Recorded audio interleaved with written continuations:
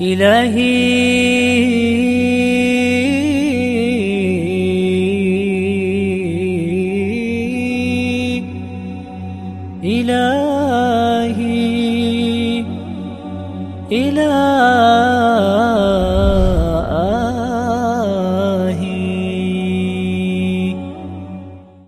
سلام علیکم، میں ہوں حسن آصف۔ ناظرین اکرام، ہم آپ کو بتا دیں یہ ہمارا اسپیشل ایپیسوڈ ہے اور ہمارا موضوع ہے قرآن مجید نظام زندگی، قرآن مجید سسٹم آف لائف، یعنی پروردگار عالم نے قرآن مجید کو کیوں نازل کیا اور قرآن مجید کے نازل کرنے کی کیا وجہ تھی۔ ناظرین اکرام، ہم اپنے اس پروگرام کی شروعات کریں گے آپ کے اور ہمارے ہم سب کے خصوصی مہمان ڈاکٹر کلب صادق صاحب کے ساتھ، جو ہمیں بتائیں گے قرآن کے بارے میں کچھ اہم ترین باتیں۔ آئیے سب سے پہلے استقبال کرتے ہیں ڈاکٹر صاحب کا۔ ڈاکٹر صاحب السلام علیکم۔ وعلیکم السلام ورحمۃ اللہ۔ ڈاکٹر صاحب، ہمارا یہ موضوع ہے خاص کر قرآن مجید کے سلسلے سے، اور کہا جاتا ہے، جیسا کہ ہمارا سوال بھی ہے آپ سے، کہ قرآن مجید جاننے کے لیے عربی زبان کا جاننا کیا ضروری ہوتا ہے، جبکہ قرآن مجید عرب دیش میں خاص کر کہا جاتا ہے کہ نازل ہوا، وہاں پر عربی جاننے والے بھی ہیں، کیا وہ قرآن کو سمجھ پائے یا نہیں، جبکہ آپس میں انہی لوگوں میں اختلاف زیادہ پایا جاتا ہے؟ جی، آپ کے اس ایک سوال میں بہت سے سوالات شامل ہیں۔ جی، پہلی بات تو یہ ہے کہ قرآن مجید نے خود کہا ہے کہ وما ارسلنا من رسول الا بلسان قوم، اس سے آپ کو عربی میں نازل ہونے کا فلسفہ سمجھ میں آ جائے گا۔ جی، یہ وہ باتیں ہیں جس کو عام طور پر نہیں پیش کیا جاتا ہے، اور اسی لیے بین المذاہب یا بین الادیان غلط فہمیاں رہتی ہیں۔ جی، قرآن نے کہا ہے کہ ہم نے کوئی اپنی طرف سے، اس سے پہلے قرآن کی آیت میں کہ من امت الا خلا فیہا نذیر، جی، دنیا کی کوئی کمیونٹی ایسی نہیں ہے کہ جہاں کمیونٹی ہو اور ہماری طرف سے گائیڈ یا رہبر یا رہنما نہ آیا ہو۔ جی، اتنا بڑا ملک ہے ہندوستان، یہاں بھی ضرور رہنما ہے۔ جی، یہ اس وقت میرا ٹاپک نہیں، لیکن ہم نے ایک اشارہ کر دیا۔ اب وہ رہنما ہے تو اس کے بارے میں اللہ کی حکمت ہے، وہ قرآن بتاتا ہے وما ارسلنا من رسول الا بلسان قوم، ہماری طرف سے جتنے بھی رسول آئے، جتنے بھی پرافٹ آئے، جتنے بھی گائیڈ آئے، وہ لوکل لینگویج میں بات کرتے تھے۔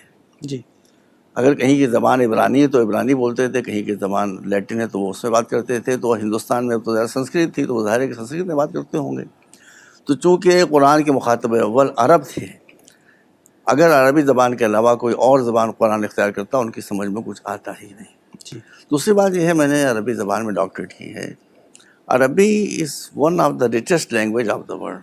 جی، اردو بولی ہے، بہت سی باتیں ایسی ہیں جو اردو میں نہیں کہی جا سکتی، وہ مطلب ہی نہیں آ سکتا اردو میں۔ جی، تو چونکہ زیادہ سے زیادہ مطالعے پر عربی زبان حاوی ہو سکتی تھی، اس لیے اللہ نے بہتر سمجھا۔ ایک تو یہ، دوسرے کہ وہاں کی لوکل لینگویج تھی، جو مخاطب اول تو قرآن کے وہ عرب تھے، اس لیے قرآن مجید کو عربی میں نازل کیا گیا۔ جی، ڈاکٹر صاحب، اسی میں ایک سوال اور تھا کہ جہاں اختلاف کی بات آتی ہے اور انہی عرب ملک میں لوگوں میں اختلاف بہت زیادہ ہے، اس کی کیا وجہ ہے، جبکہ قرآن تو اچھی طرح سے سمجھ رہے ہیں، عربی لینگویج ہے، اس کے باوجود؟ دیکھیے، لینگویج سب کی عربک ہے، مگر اندلس کی عربک میں اور حجاز کی عربک میں اتنا فرق ہے کہ اگر مجھے حجازی عربی آتی ہے تو اندلس کی عربی میری سمجھ میں نہیں آئی، مجھے سمجھ میں نہیں آئی، واقعہ یہی ہوا۔ بہت فرق ہے، لوکل جو ڈائلیکٹس ہوتے ہیں وہ الگ الگ ہوتے ہیں۔ دوسری بات یہ ہے کہ قرآن کی جتنی آیتیں ہیں وہ سب واضح ہیں، لیکن انسانوں کی نیتیں صاف نہیں ہوتی۔ اب یہیں آپ دیکھ لیجئے، غالب اتنا بڑا شاعر گزرا ہے، کتنی شرح ہیں اس کی، سب اردو میں تو شاعری ہے اس کی۔ بالکل صحیح کہا۔ اور انیس کے جو مراثی ہیں اس کی کتنی شرح ہیں۔ جی، تو ہر آدمی اپنے انداز سے سمجھتا ہے، جی، اس لیے اختلاف ہو جاتا ہے۔ ہم عربوں سے بہت زیادہ خوش نہیں ہیں، اس لیے کہ قرآن نے ان کو یہ امتیاز بخشا تھا، یہ عزت دی تھی کہ ان کی زبان میں قرآن مجید نازل ہوا۔ لیکن ہم بغیر تکلف کے یہ بات کہہ سکتے ہیں کہ اس وقت دنیا میں عرب جتنا اسلام سے دور ہیں، دوسرا کوئی طبقہ یا فرقہ یا قوم اسلام سے اتنا دور نہیں ہے۔ اس لیے کہ قرآن میں یہ صاف صاف ہے کہ جو قرآن سمجھنا چاہے گا قرآن اس کی سمجھ میں آئے گا، لیکن جو نہیں سمجھنا چاہے گا اس کی آنکھوں میں پردے ڈال دیں گے، اس کی سمجھ میں قرآن نہیں آئے گا۔ تو یہ ان کی دنیا پرستی ہے، اور عیاشیاں ہیں، شراب نوشی ہے، بدماشیاں ہیں، جس کی وجہ سے ان میں یہ صلاحیت ہی ختم ہو گئی قرآن کو سمجھیں، اسی لیے اختلاف ہوتا ہے۔ بالکل صحیح کہا ڈاکٹر صاحب آپ نے۔ ڈاکٹر صاحب قرآن مجید میں کچھ واقعات ہیں جن کا ذکر بار بار کیا گیا ہے، اس کی کیا وجہ ہے؟ یہ سوال آپ کا بہت اچھا ہے اور میں اس کا جواب دے سکتا ہوں کہ بات یہ ہے کہ قرآن میں بہت سی باتیں چھپی ہوئی ہیں۔ جی آج آپ جب اسپیچ دینے کے لیے جاتے ہیں یا کوئی سرمن دینے کے لیے جاتے ہیں، اگر آپ لٹریچر پڑھ کے گئے کہ how to deliver this speech and sermons, اس میں پہلے بتایا جاتا ہے کہ اگر جو آڈینس ہے وہ ہوسٹائل ہے، آپ کی بات سننے پر تیار نہیں ہے، اس کو آپ کیسے بات سنائیں گے؟ وہ سننے پر تیار ہی نہیں ہے۔ تو وہ کہتے ہیں، وہ صحیح بات ہے، ہم نے اس کو آزمایا بھی ہے۔ وہ کہتے ہیں کہ جو آڈینس آپ کے سامنے اگر وہ آپ کے لیے ہوسٹائل ہے تو یہ دیکھیے اس کا ہیرو کون ہے، جو اس کا ہیرو، پہلے اس کا ذکر آپ چھیڑ دیجیے۔ تو یہ ایک چیز انیکسپیکٹڈ، غیر متوقع ہوگی کہ وہ کہیں گے یہ تو ہماری بات کر رہے ہیں، اور جب وہ سننے لگیں آپ کی بات تو اسی میں پھر اپنا پیغام پہنچا دی۔ یہی ٹیکنیک تھی جس پر قرآن عمل کر رہا تھا۔ اس لیے کہ دیکھیے قرآن جن لوگوں کا مخاطب تھا، جن سے مخاطب تھا، اس میں کرسچنس تھے، وہاں پر جیوز تھے، اور حضرت ابراہیم جو تھے انہی کی نسل میں تین دین چلے، اسلام، کرسچینٹی اور یہودیت، یہ تینوں کزن ہیں آپس میں۔ جی اس لیے بظاہر ایسا محسوس ہوتا ہے کہ جب حضور یہودیوں سے خطاب کرتے تھے تو اس میں قرآن کی جو مسئلہ تھی وہ یہ کہ پہلے حضرت موسیٰ کا ذکر یا حضرت عزیر کا ذکر ہو جاتا تھا، اور جب وہ سننے لگتے تھے تو پھر اسلام کا پیغام دے دیا۔ عیسائیوں سے جب سامنا ہوتا تھا تو پہلے حضرت عیسیٰ کے ہمارے پیغمبر تھے، بہت معظم محترم تھے، ان کا ذکر ہوتا۔ اب ابراہیم، حضرت ابراہیم، چونکہ جتنے بھی ریلیجنس ہیں تینوں، ان سب کے ابتدا وہیں سے ہوئی تھی، اس لیے یہی تین پیغمبر ہیں جن کا ذکر آپ کو قرآن میں زیادہ ملے گا۔ ایک حضرت ابراہیم، ایک حضرت موسیٰ، ایک حضرت عیسیٰ۔ اس کی سائیکولوجیکل جو بیک گراؤنڈ تھی میں نے بتا دی۔ باقی حضرت یوسف کا ذکر کہہ دے گا، وہ سب بہت کم جگہوں کے اوپر ہیں۔ جو قومیں وہاں پر تھیں ان کو ان کی دلچسپی کو مینٹین کرنے کے لیے قرآن نے یہ ٹیکنیک استعمال کی کہ جس قوم سے مخاطب ہوتے تھے اس وقت رسول، اس قوم کا جو ہیرو تھا پہلے اس کا ذکر کر دیا جاتا تھا۔ جی بہت خوب ڈاکٹر صاحب۔ ڈاکٹر صاحب قرآن مجید کو خاص کر جس طریقے جو قراءت وغیرہ ہے اور حفظ کرنا، تو یہ تو ایک طرف ہے، دوسری چیز یہ کہ جو حفظ قرآن ہے اس کو کن کن باتوں کا دھیان رکھنا چاہیے خاص کر؟ ہاں، حفظ قرآن کا بہت مرتبہ ہے، اس میں کوئی سنی اور شیعہ میں اختلاف نہیں ہے۔ لیکن اگر آپ نے قرآن کے شبدوں کو یاد کیا ہے، قرآن کے ورس کو یاد کیا ہے، اور اس کے معنوں پر، اس کا جو تھیم ہے، جو کچھ پیغام دینا چاہتا ہے، اس پر غور نہیں کیا ہے تو یہ بہت ہی قرآن مجید پر ظلم ہے۔ قرآن رٹنے والی کتاب نہیں ہے، قرآن سمجھنے والی کتاب ہے۔ جی آپ قرآن کو یاد کریں، بے شک یاد کریں، بہت ثواب ہے، لیکن اس کے ساتھ ساتھ اس کے جو معنی ہیں، مطالب ہیں، جو اپدیش ہیں، جو میسیجز ہیں، اس کو بھی یاد رکھنا چاہیے، اور یاد رکھنا نہیں چاہیے بلکہ اس پر عمل بھی کرنا چاہیے۔ تو قرآن کے حفظ کی بہت بڑا مرتبہ ہے اور بڑی اس کی تعظیم ہے و تکریم ہے، لیکن اگر صرف الفاظ قرآن کو یاد کیا گیا ہے تو اس کا کوئی فائدہ آپ کی زندگی میں ظاہر نہیں ہوگا جب تک اس کے میسیج کو آپ نہیں سمجھیں گے۔ بے شک ڈاکٹر صاحب، جس طریقے سے دیکھا جاتا ہے ہم اپنے والدین سے یا کسی بڑے بزرگ سے بات کرتے ہیں تو ہمارا لہجہ بہت ہی نرم ہوتا ہے اور بہت ہی رسان دھیرے دھیرے ہم گفتگو کرتے ہیں۔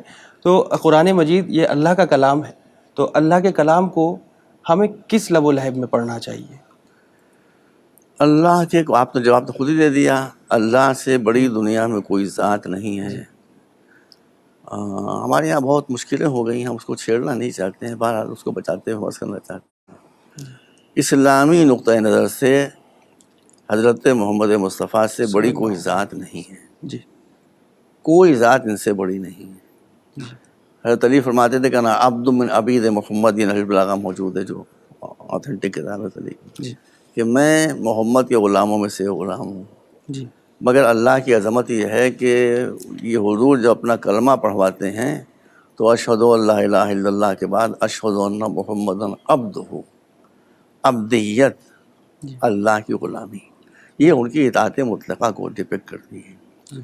تو اللہ سے بڑی کوئی ذات نہیں ہے، اور اس لیے جب اللہ سے آپ گفتگو کریں، چاہے نماز میں ہو چاہے دعاؤں میں ہوں، تو آپ کے جو اثرات ہیں آپ کے چہرے سے ظاہر ہوں کہ آپ کتنی بڑی شخصیت کے سامنے اور بہت رحیم ذات کے سامنے آپ گفتگو کر رہے ہیں۔ آپ کے چہرے کے اتار چڑھاؤ سے یہ ظاہر ہونا چاہیے کہ آپ ایک عظیم. ہم نے خود دیکھا، ہم ایران میں تھے تو وہاں پر ایک ایرانی عالم تھے، ان کو بھی شہید کر دیا گیا، بڑے خوبصورت تھے، بہت لمبے تر کے. ہم نے خود دیکھا اپنی آنکھ سے، وہ ان کا چہرہ بالکل جیسے قندھاری انار ہوتا ہے، سرخ و سفید. لیکن بھائی جیسے ہی انہوں نے نماز کے لیے کھڑے ہو کر اللہ اکبر کہا، ان کا رنگ زرد ہو گیا. ہم نے اپنی واللہ ہم قسم کھا کے تھے، ہمارے ساتھ کشمیر کے عالم بھی تھے، انہوں نے بھی دیکھا یہ کیا چینج آ گیا. تو اس کا مطلب ہے کہ وہ سمجھ لیتے ہیں ہم کہاں پر کھڑے ہیں، کس کے سامنے کھڑے ہیں، کس سے باتیں کر رہے ہیں. مولا علی فرماتے ہیں کہ جب میرا دل چاہتا ہے کہ میں اللہ سے بات کروں تو میں نماز پڑھنے لگتا ہوں، اور جب میرا دل چاہتا ہے اللہ مجھ سے بات کرے تو میں قرآن پڑھنے لگتا ہوں. یہ بڑی گہری بات ہے. تو شخصیت اور ذات کی عظمت اللہ کی جو ہے وہ آپ کے چہروں سے اور حال چال سے اور رنگ سے نمایاں ہونا چاہیے، تاکہ معلوم ہو کہ آپ کسی عظیم ترین ذات سے گفتگو کر رہے ہیں. ڈاکٹر صاحب، کیا کسی امام نے بھی اس کے طرف رجوع کیا ہے کہ چہرہ جو بتایا ہے کہ کیا حضرت علی بن ابی طالب علیہ السلام نے کوئی حدیث میں یا کہیں پہ ان کے خطبے میں ہے کہ ہر امام نے اس بات کو بتایا ہے، ہر معصوم نے، ہمارے جو رہبر ہیں انہوں نے بتایا ہے کہ آپ جب اللہ کی بارگاہ میں حاضر ہوں تو آپ کا حاضر ہونا آپ کے چہرے مہرے سے، آپ کے انداز سے ظاہر ہونا چاہیے. یہ تو ہم نے عالم کی بات بتائی تھی کہ ہم نے اپنی آنکھ سے دیکھا کہ ان کا چہرہ پیلا ہو گیا تھا. حضرت علی مولا جب نماز پڑھتے تھے تو دیکھنے والوں کو شبہ ہوتا تھا کہ آپ چلے گئے دنیا سے، یہ کیفیت تاری ہوتی تھی.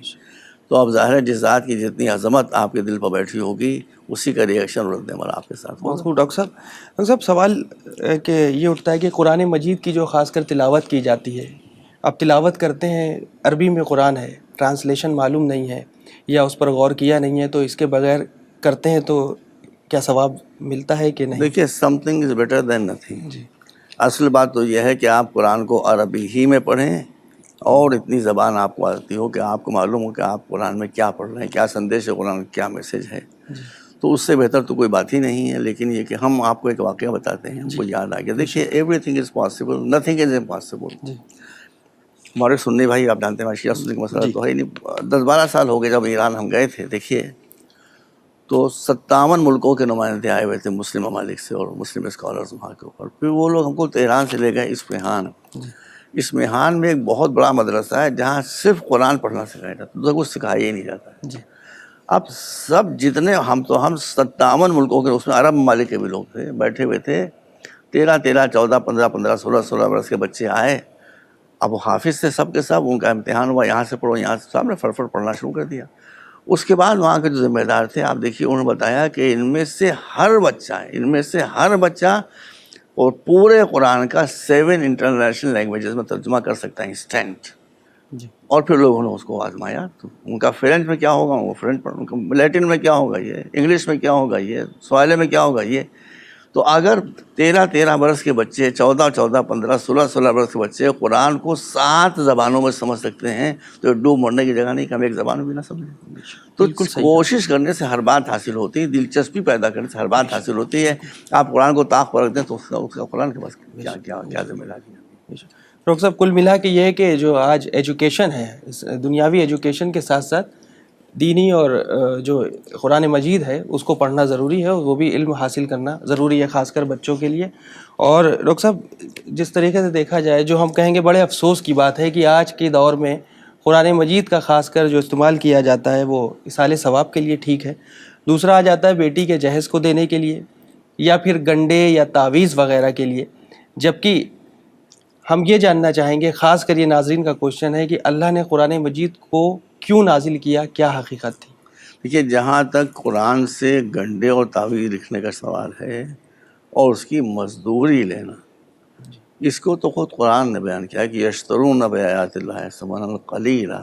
یہ لوگ آیات الہی کو، آیات قرآنی کو بہت کم قیمت پر بیچتے تھے. یہ تو حرام ہے، یہ تو قطعاً حرام ہے.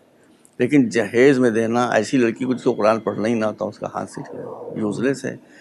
ہم وہ کہنا نہیں چاہتے اس لیے کہ ہماری جو قوم بھائی ساری جاہل ہوتی ہے وہ سینسیٹیو بھی بہت ہوتی ہے، ذرا سی بات میں خفا ہو جاتی ہے. کیا کریں بتائیے آدمی.